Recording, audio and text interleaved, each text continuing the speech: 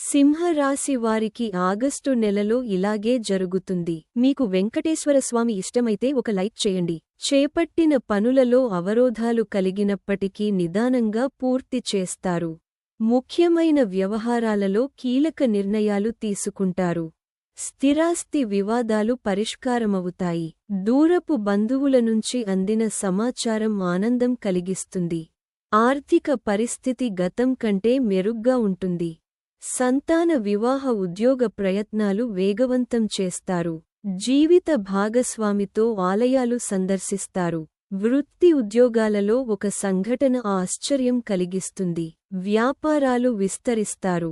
చిన్న తరహా పరిశ్రమలకు నూతన పెట్టుబడులు అందుతాయి. వారం ప్రారంభంలో ఆర్థిక ఇబ్బందులుంటాయి. స్వల్ప అనారోగ్య సమస్యలు బాధిస్తాయి. కనకదార స్తోత్రం పారాయణం చేయడం వలన శుభ ఫలితాలను పొందుతారు. మీకు ఎటువంటి సమస్యలు ఉన్నా మా గురువుగారిని సంప్రదించండి.